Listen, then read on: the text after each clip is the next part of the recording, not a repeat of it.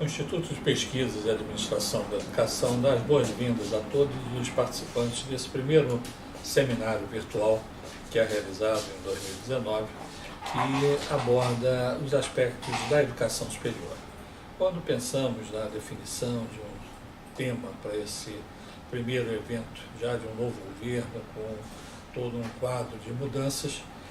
optou-se por ter um novo cenário para as instituições de ensino superior, enfocando dois aspectos fundamentais: a estrutura, essa nova estrutura governamental, a legislação, com algumas mudanças já ocorridas no final de 2018, já no começo de 2019, e também as perspectivas, as ameaças e oportunidades que se apresentam para as instituições. Então, nós queremos, nesse primeiro momento, fazer uma abordagem sobre o cenário que todas as instituições de educação superior brasileiras, cerca de 2.500 instituições públicas e privadas, deverão se confrontar já nesse começo de ano e tendo, obviamente, os desdobramentos um pouco mais à frente. O que nós temos que convir é que há uma mudança governamental, que foi objeto, inclusive, de estudo num seminário no ano passado, feito pelo Instituto, mas uma mudança de plebiscito, praticamente. Nós tivemos um plebiscito e um modelo ou outro modelo, e foi vencedor o modelo da proposta do presidente Jair Bolsonaro. Não vamos entrar em detalhes se temos ou não temos um projeto educacional, porque realmente não temos ainda um projeto educacional pronto, que envolvesse todos os setores da educação brasileira, mas nós temos algumas medidas que foram tomadas e não poderiam ser diferentes, através de medida provisória e de decreto reestruturando o Ministério da Educação. Nessa medida provisória houve uma redução do número de ministérios. A princípio se tinha uma perspectiva do ensino superior ir para o Ministério de Ciência e Tecnologia, mas não ocorreu isso, permaneceu no Ministério da Educação, e também existia uma perspectiva da cultura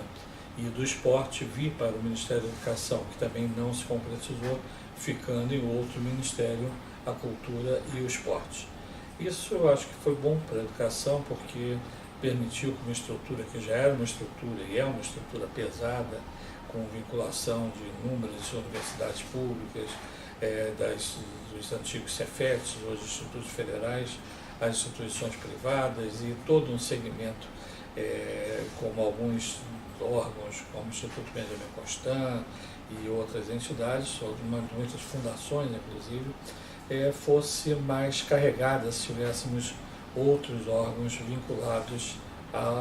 anteriormente a outros ministérios, vindo para o MEC. Mas a medida provisória definiu essa redução do número de ministérios, vindo para 22 ministérios, e no Ministério da Educação houve a nomeação, e todos nós já tínhamos essa informação, já tinha sido debatido isso, alguns nomes foram cogitados, mas finalmente tivemos a nomeação do ministro da Educação, que, por sua vez, escolheu, de comum acordo com a Presidência da República, especialmente com a Casa Civil, os seus secretários e os presidentes das autarquias vinculadas ao Ministério, ou seja, o primeiro escalão. Esse cenário que nós vamos nos defrontar nesses próximos meses, talvez nos próximos anos, sem uma perspectiva de mudanças, e essas mudanças não seriam colocadas de forma tão rápida. Pode ser que alguns ajustes vão ocorrer, naturalmente, isso é normal, porque toda a equipe ministerial é uma equipe bem intencionada, uma equipe de pessoas de confiança do ministro, alguns seus ex-alunos, outros, mas nenhum deles, ou melhor dizendo, apenas um deles, que tinha uma vivência dentro do âmbito do Ministério da Educação, na administração direta, que foi nomeado como secretário de Educação Superior. Mas todos os outros são pessoas que têm uma vivência no campo da burocracia governamental, que é uma burocracia bastante pesada e que todos que vivem nas instituições espalhadas pelo Brasil sabem quantas são as preocupações que existem quanto à normatização, quanto às regras estabelecidas.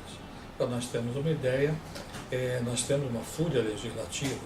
e só no ano passado, em 2018, nós tivemos 5.800 portarias editadas pelo Ministério da Educação. Temos um cenário no Brasil de mais de 110 mil leis sobre educação, na verdade são cerca de 110 leis federais, mais as leis estaduais, mais as leis municipais e do Distrito Federal. Então, se nós contabilizarmos esse conjunto, são cerca de 110 mil leis que vigoram no Brasil e trazendo naturalmente um caos, porque nós não temos uma consolidação de legislação. Esse é um trabalho que está sendo feito, mas não pelo governo, mas por algumas entidades, como a Associação Brasileira de Direito Educacional, mas nós temos que convir que não temos uma consolidação da legislação. E a própria legislação federal, ela é esparsa, a lei mais antiga de 1947, vigorando até hoje, e outras leis vieram nesse interregno. Para nós termos uma ideia, só agora, no começo de 2019, 2 leis alteraram a LDB, Lei de Diretrizes Básicas da Educação Nacional, que é a lei principal da educação. Temos outras, mas a LDB é o marco referencial. E desde a sua edição em 2016 até em 1996 até agora, nós tivemos mais de 40 mudanças na LDB, sendo 2 nesse ano de 2019. Mas, feitas essas considerações do aspecto global, nós temos que convir que algumas ameaças também podem ocorrer e oportunidades. Nós temos aí fortes oportunidades, serão inclusive enfocadas no último painel desse nosso encontro, como, por exemplo, a possibilidade da educação à distância, a expansão da educação à distância, que está indo muito bem em todo o Brasil em termos de quantidade de alunos, como aumento significativo de alunos, mas nós temos que convir que temos hoje a real possibilidade dos mestrados e doutorados à distância, que foi uma briga durante muito tempo, mas finalmente tivemos no finalzinho do governo passado a norma permitindo os mestrados e doutorados à distância. Temos também a possibilidade de integração maior da educação superior com o ensino médio, isso é muito bom, é uma forte oportunidade que existe para as instituições. Temos algumas ameaças, porque o Ministério da Educação já tinha definido anteriormente que nós teríamos algumas instituições no processo de monitoramento, e vimos isso logo os primeiros atos da Secretaria de Regulação foram de descredenciamento de uma instituição e aplicação de penalidade em outra. É exatamente o ato número 1, o despacho número 1 e a portaria número 1, uma delas inclusive já revogada, que prevê punição às instituições. Tivemos já vários outros descredenciamentos agora em 2019 e vamos ter muitos.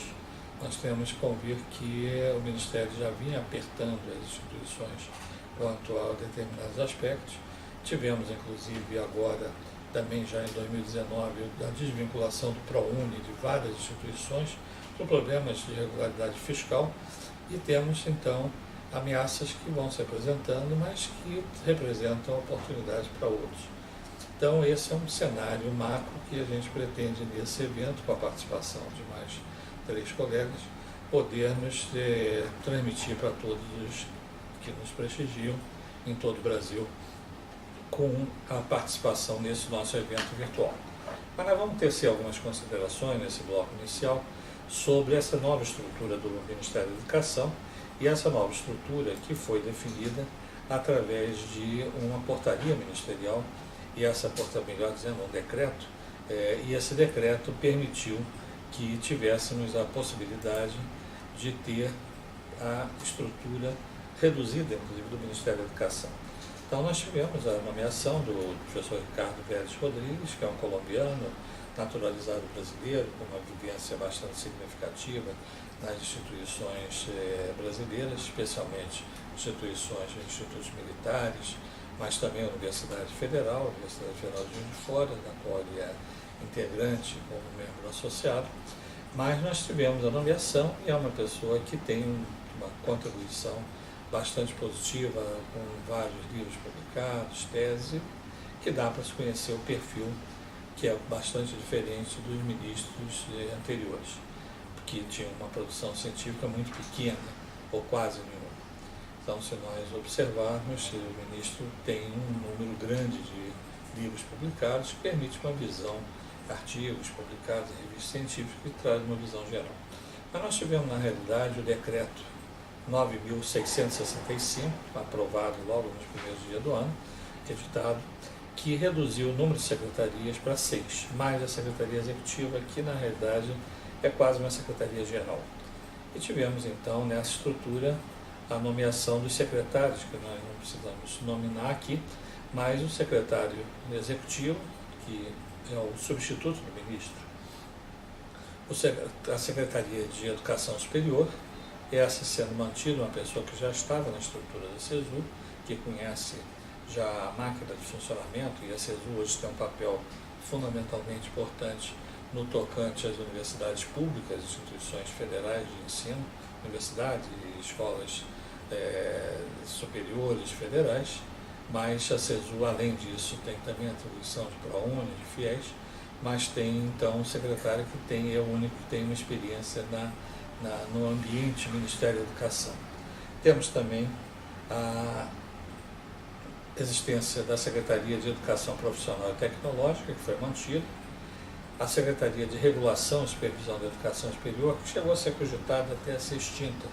e ser incorporada à ação na Secretaria de Educação Superior. Não está totalmente afastada dessa hipótese, mas nesse primeiro momento nós temos a Secretaria de Regulação, que atua tanto na educação superior quanto na educação básica também, porque nós temos que convir que as escolas de educação básica filantrópicas, que têm certificados de filantropia, certificados de entidade beneficente e assistência social, mesmo sendo de educação básica, precisam tramitar seus processos na Secretaria de Regulação Superior. É um certo contrassenso, mas é a definição que já vinha e continua sendo feita dessa maneira. Temos também a Secretaria de Educação Básica, que foi nomeada, é a única mulher integrante da estrutura do primeiro escalão do MEC. Temos uma secretaria nova, que é uma secretaria de modalidades especiais de educação. Então essa é uma secretaria que foi criada e existe também uma outra secretaria, uma secretaria de alfabetização. O governo está dando um foco, já vinha no ano passado também, criando um programa mais de intensificação da alfabetização, o apoio aos municípios, que é um grande gargalo que existe hoje. Crianças, às vezes, no segundo ano do ensino fundamental ainda não sabem ler, então há uma atenção voltada a essa secretaria para incorporar procedimentos que possam mudar esse cenário. Nós temos aí um número grande de analfabetos, mas existe esse processo, que é um processo de busca de integração com os estados, com os municípios, para ações que possam colaborar na reversão desse quadro, que é muito vergonhoso para o país.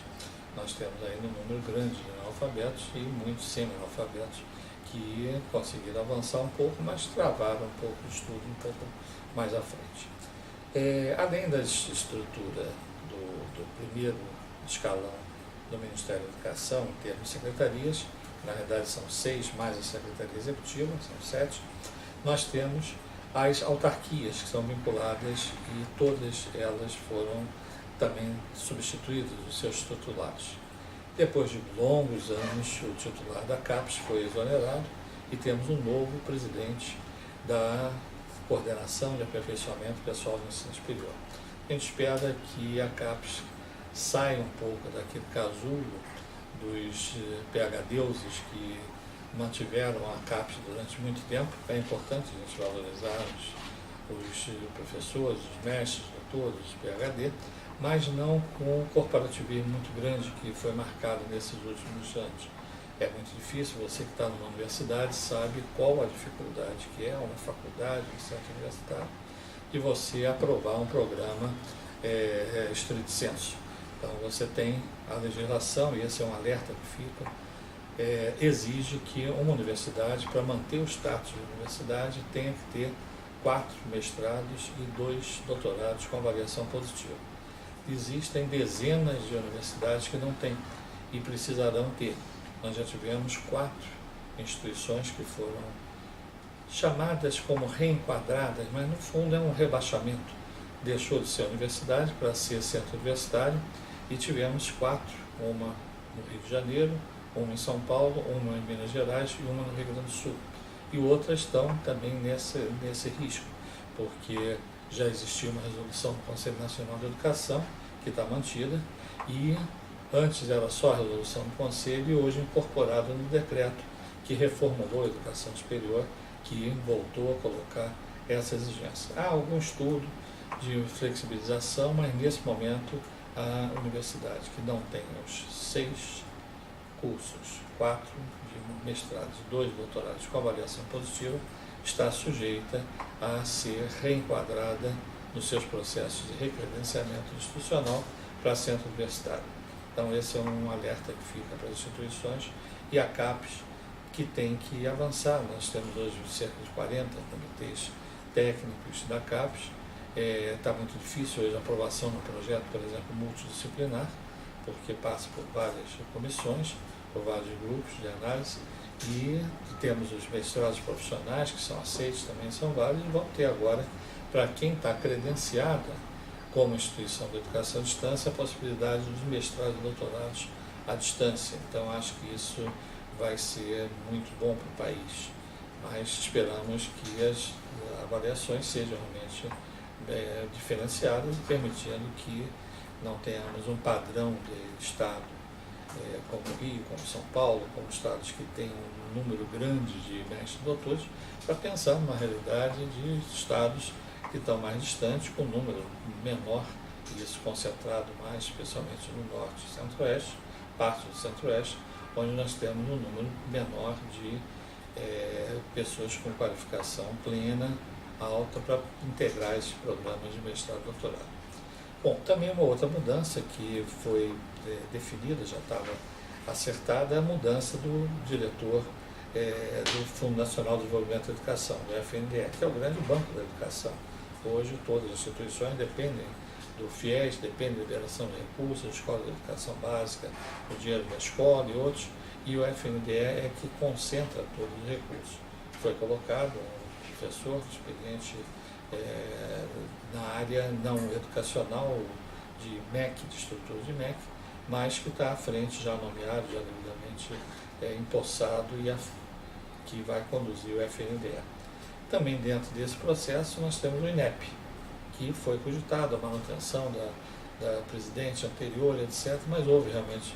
a finalização da troca e a nomeação já foi feita, e nós temos aí o INEP com uma atribuição de avaliação. Vamos ter agora essas mudanças no Enem, que serão necessárias para ajustar a Base Nacional Comum Curricular, a reforma do ensino médio, já anunciada as mudanças que vão ocorrer, e teremos então o INEP fortalecido. Esqueceu-se aquela ideia de ter um instituto próprio, que foi tramitado no governo passado, mas o projeto de lei está lá ainda morrendo no Senado, na Câmara mais especificamente, mas a ideia realmente é consolidar o INEP, que faz um bom trabalho, sempre fez, mas que precisa ter uma paz maior e não ter essas ameaças de corte. Temos também, dentro dessa estrutura das autarquias, uma empresa brasileira de serviços hospitalares, que foi nomeado já um novo diretor dessa empresa, que congrega especialmente o desenvolvimento de ações voltadas aos hospitais universitários. Então, não afeta diretamente as instituições privadas, mas principalmente as instituições públicas. Nós temos essa atuação dessa empresa, que contribui com as instituições de uma maneira geral. Então, nós estamos fechando esse primeiro bloco e teremos nos próximos blocos a participação de outros profissionais, convidados, integrantes do nosso instituto, que vão discorrer sobre as mudanças da legislação, sobre esse novo cenário para a educação para o mestrado e doutorado, e as perspectivas, que são as perspectivas concretas que nós temos para oportunidades ou ameaças para as instituições. Então, nós queremos desejar que seja vocês tenham um bom proveito, e nós estaremos pelo Instituto à disposição para aprofundamento do debate, para colocações que venham a surgir através das propostas, das menções feitas pelos participantes desse nosso primeiro fórum virtual de 2019. Então, fechamos esse bloco e teremos logo a seguir um outro bloco sobre as mudanças da legislação.